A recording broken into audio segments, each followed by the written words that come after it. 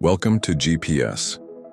Today we turn from the turbulent world of human politics in Sri Lanka to a creature that has long been a symbol of the island nation, the elephant, where one of the world's most ancient and complex conflicts is being fought not between ethnic groups but between two species, humans and elephants. This is not a clash of cultures, but a brutal war over territory, resources, and survival itself. On the surface, this is a tragic environmental story. The majestic Asian elephant, a revered cultural and religious symbol in Sri Lanka, is now being shot, poisoned, and electrocuted at an alarming rate. Meanwhile, in rural villages, farmers live in fear, their crops destroyed and their families at risk from raids by terrified, hungry animals. Hundreds of both lose their lives each year in this cycle of violence.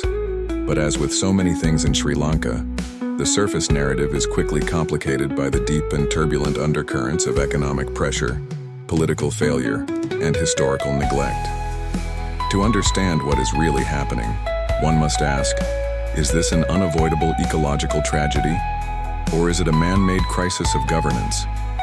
Let's be clear, the scale of the problem is staggering. Sri Lanka has one of the highest rates of human-elephant conflict, HEC, in the world. The reasons seem simple on paper. Exploding human populations and agricultural expansion have decimated the elephants' forest habitats. The animals are forced into villages in search of food, and the inevitable deadly clashes occur.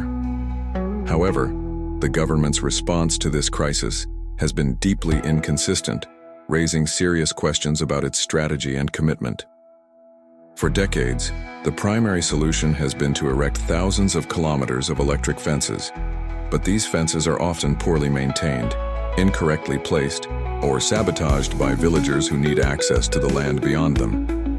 This is not how effective conservation or conflict mitigation typically operates.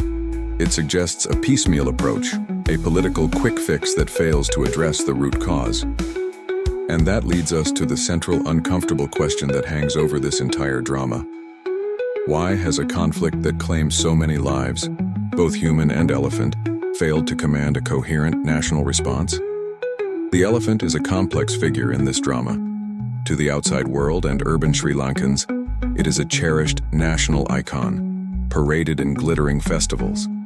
But for rural communities, it is a dangerous pest, a threat to their lives and livelihoods. Their anger and frustration are palpable and justified. They feel their government prioritizes the lives of animals over the safety of its own people. And herein lies the paradox of this moment. The same political establishment that mobilizes immense resources to celebrate the elephant in cultural pageantry has for decades failed to implement a scientific long-term plan to protect them in the wild and secure its citizens. This creates a stark two-tiered reality. One tier is for the symbolic ceremonial elephant, lavishly cared for. The other is for the wild elephant, pushed into a losing battle for space, and the rural citizen, left to fend for themselves against a formidable wild animal. This conflict cannot be divorced from broader issues of land use policy and economic development. The allocation of forest land for large-scale agriculture and infrastructure projects fragments elephant corridors, directly fueling the conflict. The will to prioritize ecological planning over short-term economic gain has been conspicuously absent. So, what happens next? The government may be facing a point of no return. If it is truly committed to solving this, it must move beyond symbolic gestures and ad hoc fencing. It must embrace a strategy that combines true conservation, creating interconnected protected corridors, with community-based solutions that genuinely benefit rural people, making them stakeholders in protection rather than adversaries.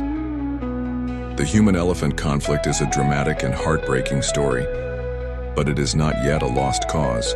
It is a profound test of Sri Lanka's ability to govern with wisdom, to balance the needs of its people with the preservation of its natural heritage.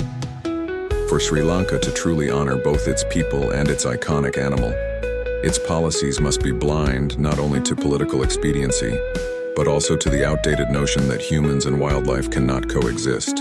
Until then, this war for land will continue to claim victims on both sides, a silent crisis tearing at the nation's soul.